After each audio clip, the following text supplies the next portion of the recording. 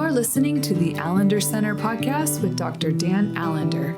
Each week, we dive into topics that reflect something of what it means to foster hope and healing in a world so in need of restoration. These conversations grow out of the work we do with individuals and communities across the country, which you can learn more about at theallendercenter.org.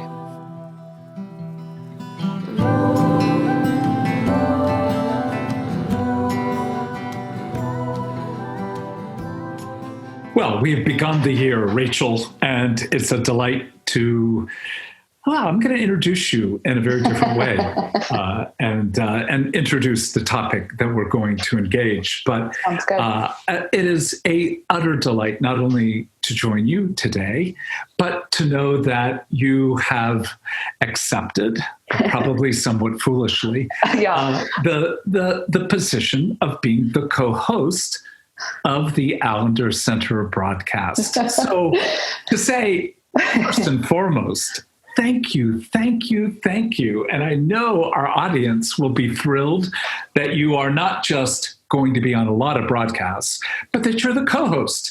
And so we're going to be talking a little bit about that, but mostly we're going to be talking about the fact that every transition creates both danger and deep opportunity. But before we get into the notion of transitions, what does it mean for you that you are now the co-host? And I get to talk a little bit about what it means for me as well, because it's a transition for both of us. Yes, indeed.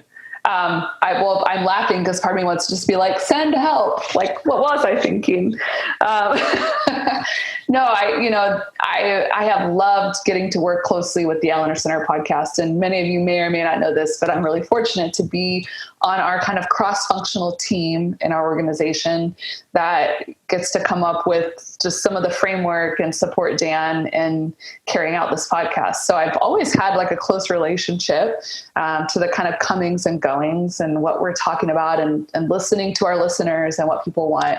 Obviously, I've been doing the intro and outro for a couple of years now, which my little sister did say, are you trying to have a radio voice? Because on the intro, your voice sounds a little bit higher than it actually is. So I think it is. Yeah, right? It is like a really fun place for me to get to live out my voice actor dreams. And so the invitation to join you in this way felt actually quite daunting because I love listening to how you engage people and the way you bring questions to really draw out the heart of the matter. And so I want my co-hosting with you to add to that and not take away from that. Oh, but it does and will. But what does it mean for you that you are now the co-host? Can you maybe help me know, like, is there a certain meaning you're hoping for? No, I think it would be, I think a lot of people actually think of you as the co-host anyway. So what newness does this bring? It means that you and I get to be really creative as to where are we going and what do we hope to bring, and that I get to really learn from you and practice what it looks like to not just be a responder on the podcast and in some ways engaging the questions that are being brought, but to kind of have a different posture in this space. Yeah, I think that's well said. And frankly, I think of it in terms of a lot of my life and work over the last many years, and certainly in the next 5 or 10 years, is to create a context in which the labor that I believe needs to go on long after my departure from this earth is being done well. And it is being done well, but we have to have an awareness that the changes that need to occur over a long period of time, which means I get to play with you and many others as we develop the Allender Center that I will not be part of at some point. And so that holding of past and future, playing in the present, I think is part of the transition that I get to be part of, because joining with a co-host is furthering the reality that if I disappear, this will go on beautifully in my absence, but I get to play in my presence as long as I have, I hope, the mental capacity, physical capacity to do so. So, but all that to say, we're going to be talking about death and life. I know I wanted to say to our listeners, it is well. Dan is not going anywhere. And this is what it's like to be in the presence of a prophetic priest who is able to talk about the complexity of life. And I wish you could see our faces, because every time Dan talks about this kind of transition, I just shake my head. Like, I don't think any of us are quite ready to even be talking about that. Yeah, but it's good to be talking. But let's just say your transition at the moment is a lot more dramatic than just taking on the co-hosting. But it's not, I'm not saying it's small, but let's just say you've gotten married. Yeah. You have a new family. Yeah. You have a new location. Your work has changed. Your social life has changed. Obviously, you physically moved. And you have a mortgage currently over $20,000. Mm-hmm. And people might be going, what are you talking about? And I'm actually talking about the Life Change Index scale that you can find on Dartmouth EDU, a number of other sources. But I added it up, and each one has a point value. Like getting married adds 50 units of stress. Having a new family, which you have 2 new sons, 39. And as we add it all up, it comes to the grand total of 227. Over 300, you have an 80% probability of illness. Between 150 and 300, you have an additional 50% higher probability of illness. In other words, stress, trauma, even when it's good things like having a new family, a new transition into Philadelphia from Seattle. And by the way, we did win that game, even if we lost the one to Green Bay. Nonetheless, all to say, Rachael, my dear friend, you have gone through amazing transitions. And I don't know how to put it better than how are you? Well, this is a very clarifying moment. So I'm just going to catch my breath, take in this number. I would say, in light of this, probably one of the most extreme transitions of my life in a multifaceted way, I would say I'm doing quite well. And that 50% probability of being sick also feels very true in the way my body is responding to such a tremendous transition. Yeah. And so how's your health? Those of us who work in trauma trenches, I think that question of how's your health is a loaded one. The body keeps the score, what's manifesting, how are you holding it? But I would say, I'm feeling in my body, in my neck, and my shoulders, and my digestion, just the reality of stress. And in some ways, stress is such that it doesn't always have to be negative stress. It can be really good stress, but stress nonetheless. Yes. So I am feeling the impact in my body of just trying to metabolize such a tremendous amount of change. Right. So if we can start with a very simple principle, transitions always bring stress, even when the stress can be called eustress, EU. Stress, and EU is a Greek word that means the word good. So getting married, the lovely man you have married, it still brought 50 units of stress, but it's eustress, and it brings complication. Having a new family, the transitions, all those things, but it's very hard to discern where eustress creates distress. Right. And distress generally means something that's really tearing, harming. The highest level of stress is the loss of your spouse. There's nothing comparable to that. Nothing comparable on the face of the earth than the loss of a child or the loss of your spouse. So there is this intersection that we think that certain good things, we look forward to, we plan, we create, but we don't want the bad things to happen. But we need to hear that every transition brings stress, and stress inevitably brings challenges and often illness to our body. So it's the interplay of letting go something that's mattered to you. And that's loss, while simultaneously taking on something new, which is uncertain and usually complex, which means risk. So when you've got a transition like yours that you have wanted, and yet there are losses, and yet there are new risks. And so as you hear me put all that to that, does that fit your world right now? Absolutely, it does. And, we talked a little bit in a podcast a few months ago about marriage and weddings, and just that that complexity of like joy and sorrow taking up residence in the context of stress and transition. I would say, and maybe we can play with this a little bit, like where trauma is already present, transitions definitely touch into that. But transitions in and of themselves are a small form of trauma into what we encounter. So yes, like letting go of something that, I was definitely a single lady that lived well into my singleness. And we've talked about this at different conferences. Like I never bemoaned a Friday night with a glass of wine, reading a good book in peace and quiet, or having the freedom to pursue my vocation with fullness. All of the things, there's a loss to giving that up. There's a loss to leaving a city that you love and leaving all of your friends. And the risk is so worth it.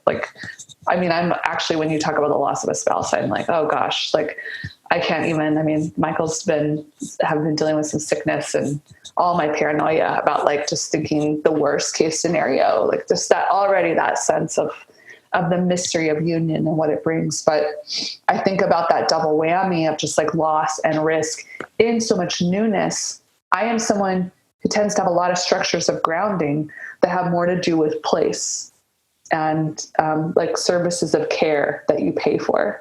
Yeah. And I have left all of those things and I'm having to reestablish them. So though my marriage and my home here brings me a lot of grounding, that's not necessarily fair to put that kind of pressure. So it's like, I can't tell you the number of times I've gone to Target and IKEA because they're the two places that feel familiar and kind of look the same wherever you go. If I don't know where else to go to kind of like have like a moment to be like, I'm going to get out of the house. I'm going to go to this place that brings me grounding. It's like, well, I guess I'll go to Target and buy some toilet paper. Oh, that's so sad. And yet I love the fact that, again, it's one of the things I like about Starbucks. It's pretty much the same everywhere you go, including outside of the country. Yeah. But, eustress, generally speaking, has these elements. It's chosen.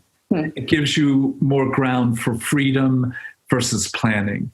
Distress generally is where it's unchosen, foisted upon you. Usually, eustress is kind of singular or, 2 or 3 changes, whereas distress has a degree of multi-factored multiplicity to it. But when I look at yours, you've got a kind of a combination of chosen, but also incredibly multi-factored in terms of a marriage, new children, change of job, co-hosting, again, 1,000 elements. And yet within that, you have had such a deep understanding of trauma. And you have even the ability to go to IKEA, which I think is a vision of hell. When I go to IKEA, all I want to do is eat meatballs.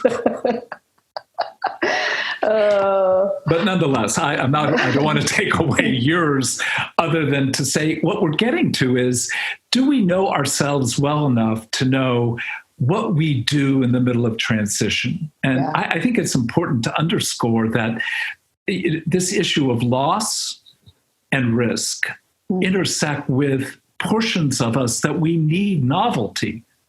We need change. It isn't just change is inevitable, that if we don't have novelty, we don't grow in our ability to risk. On the other hand, we need security. We need stability and security. And if I were to speak about the two of us, I would say that's why we're going to be good co-hosts. I need a bit more novelty than you do. Yeah. Bit more security. You need a bit more security. Now, would you agree with that? I knew where you were going before you even said the words. So yes. So the fact is, I am, boredom terrifies me more than death. Oh. And so I tend That's why I like going to IKEA, and you find it as a special version of hell. Well, I just think of the things I bought for my children, particularly when they've gone to college and then tried to build them. My daughter threw out from the third floor at the very end of her college career in Baltimore, the I don't even know what you call it, the thing I made for her. So IKEA just exposes every component of my own inability to make things, even though the directions are pretty clear. But the bottom line is novelty. And do you know that novelty, we all need danger. We need intrigue and risk. But stability, we need grounding and safety. And we're called, I mean, in some ways, the heart for novelty is really what God made within us that longs for and is called by hope. Absolutely. And yet, the call of faith is to stability. And so faith and hope are always at one level in some level of tension. And so, I'm going to end up in this broadcast at times wanting to do things more quickly. And you want to think things through and to be a lot clearer. And yet we've been able to work conferences and this together, but because I think you actually have a deep need for danger. Yeah, there's a truth to that. And I have a deep need for security. So we are human beings. We all need novelty and security, but we probably have a little bit of a preponderance more for one or the other, which then creates the probability that those who need novelty are less apt to allow themselves to grieve the losses involved in a transition. Just as those who have a more of a predilection for security probably are less apt to give themselves over to a new challenge and to the thrill that's always involved in creativity. So given that, let me just ask a somewhat blunt question. Where do you see that creating tension for us? Ooh, that's a great question. Well, I mean, in some ways, I love how you put it. Like we all have both. I think often, like, what's your primary orientation, right? And where do you start to feel really out of sorts? And you told me coming into this podcast that your month of kind of respite over the holidays has taken you to the edge of yourself. And I'm like, that's a need for novelty, right? And whereas I'm like, this 3 months of adjusting to life, to married life, and to transition has not been enough. I need at least 3 more before I'm ready to like fully reemerge into the danger that is in some ways my vocational life. And so I see us at times probably, in some ways, I think it's a good tension, a holy tension. I think it's more like letting it be a more robust experience and a more dynamic engagement. So, well, to me, one of the examples is that moment where we were going to do a particular podcast and you said, I'm not doing well. I can't do this. And we stopped and just said, good, we're not going to do it. But the more we talked, the more it became clear we need to do a podcast, not because we have to, but because we actually are not doing well. Neither of us were doing well. And I think it's been one of the most well listened to podcasts because there are a lot of people who are not doing well. So I think when you play with people and you know one's own heart and the heart of the other, I do need novelty. You do need security. We both need both. But in that, can we live in the tension together? And I think what I want to do as we come back to a second podcast is to ask how in the middle of transition do we care for one another? Do we care for ourselves? And how do we care for our bodies in a way that we take into account? To me, the most important sentence of this whole podcast was when you said every transition is in some ways a small or mini trauma. And even the good ones, can we then come back into the transition itself with a kind of honor and care for ourselves and for one another that allows us to progress in not just surviving. Yeah. That would be good, but actually thriving, at least in the long run. So I think that's part of our labor, to allow this podcast, in that you as co-host, you're going to want to interview people and do it by yourself. And it's going to be a lovely risk. And I know I will do some work with Becky that includes you, that doesn't include. Right. So, I mean, in some ways, we've got a lot to play with, just like our audience does, to sort of figure out, what are you all doing?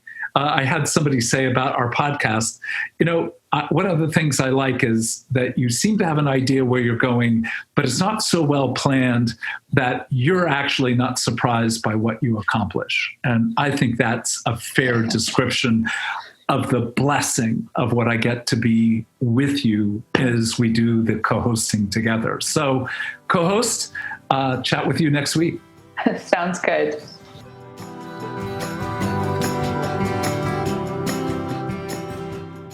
Thanks for listening. Our music is provided by Lauren and Daniel Gones of the band Lowland Hum from their album Native Air. For more information about Dr. Dan Allender and the work of the Allender Center, please visit theallendercenter.org.